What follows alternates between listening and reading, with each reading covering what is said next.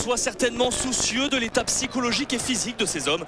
Du coup, eh bien, du changement. Regardez sur cette image, Sibierski à gauche, suivi de Blanchard et Colli à droite. Ils étaient titulaires à la Corogne. Ils sont ce soir sur le banc.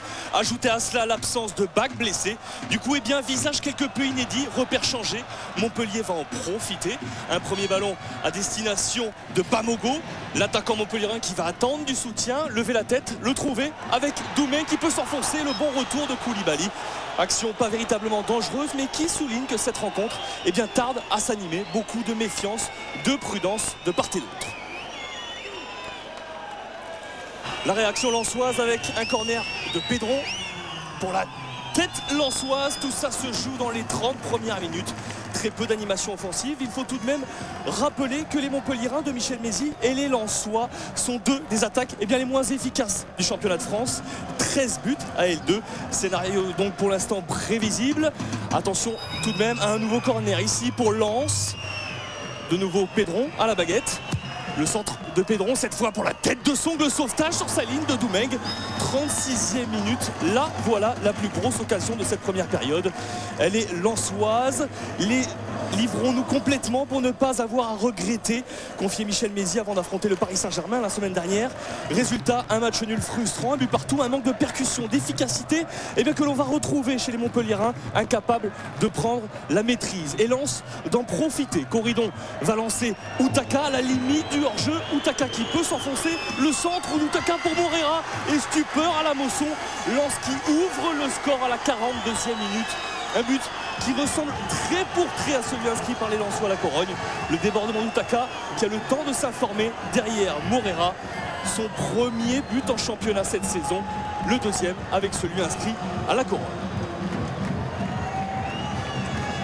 1-0, c'est le score à la pause. De retour des vestiaires, Michel Mézy va devoir trouver des solutions avec la rentrée eh bien, de Victor Bonia à la place de Mézag. Changement de visage avec désormais trois attaquants, Bamogo, Mansaré, Bonia et Montpellier eh bien, que l'on va retrouver justement avec ce coup de sifflet de Monsieur Moulin pour une faute sur Bamogo.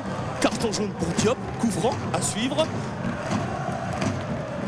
Le mur lensois qui se prépare devant Varmus, coup franc à suivre pour Barbosa. La frappe de Barbosa, frappe et ce ballon qui passe tout juste à côté des buts gardés par Guillaume Varmus. Le cadre qui échappe une nouvelle fois au Montpelliérain. Mais la stabilité au milieu, la cohésion entre les lignes semble eh bien enfin être trouvée. 65e minute maintenant, ballon à destination de Mansaré qui a hésité à frapper. Mansaré qui hésite et toujours ce manque de lucidité. Pas de quoi rassurer Michel Mézy, surtout que depuis le début de la saison, eh bien, chaque fois que Montpellier a été mené à 0, eh bien, Montpellier a perdu 3 défaites face à Auxerre, Bordeaux et Strasbourg. Pas rassurant, surtout que derrière, eh bien, ce sont les Lensois que l'on va retrouver avec un ballon à destination d'Outaka. Outaka qui va travailler sur son côté droit, effacer son vis-à-vis, le centre d'Outaka et le choc avec Rudy Rioux, le gardien montpelliérain. Regardez, Rudy Rioux qui reste à terre et qui va tout simplement être obligé d'abandonner ses coéquipiers sur ce choc. On revoit sur ce ralenti la bonne sortie du gardien montpelliérain, mais derrière la blessure, la douleur de Rudy Rioux. La doublure à Montpellier, c'est Jody Viviani, la rentrée de Viviani qui va être tout de suite mis à contribution. Le centre de rôle pour la tête de Bouba Diop. On est désormais dans les 20 dernières minutes de cette rencontre, enfin de l'animation. On va d'un but à l'autre. Montpellier maintenant avec Bonia lancé dans la profondeur. Bonia qui va pouvoir s'enfoncer. La frappe de Bonia qui échoue une nouvelle fois sur Varmus. Et toujours cette impuissance, cette inefficacité montpelliéraine à l'image ici avec l'attaquant colombien en face. Eh bien Lens va désormais jouer en contre. Colli, Sibierski et Bakary vont rentrer. 88e minute. Ballon pour Montpellier, mais ballon perdu au milieu de terrain par les Montpelliérains. Bakary justement va en profiter. Bakary en point d'ancrage pour Outaka. Le duel seul face à Viviani. Viviani obligé de s'incliner. But du chaos réussi par les Lensois à quelques minutes du coup de sifflet final. La joie d'Outaka qui vient tout simplement crucifier Montpellier. On va revoir la bonne combinaison entre Bakary et Outaka et derrière toute la lucidité de l'attaquant lensois. Montpellier est KO, Montpellier ne va pas s'en relever. 2-0, ce sera le score final puisqu'on en restera là.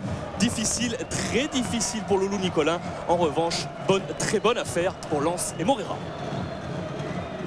Ouais, là, on s'est relancé parce que cette victoire extérieure, on l'attendait depuis un petit moment, parce qu'on sait que l'année dernière, c'était notre force. Donc, quand on joue, on est solidaire et qu'on est tous derrière le partenaire, je pense qu'il c'est ça la solution. Donc, c'est pour ça que ce soir, on est vraiment, vraiment content de ce match et ça va nous permettre de regarder devant dans le classement.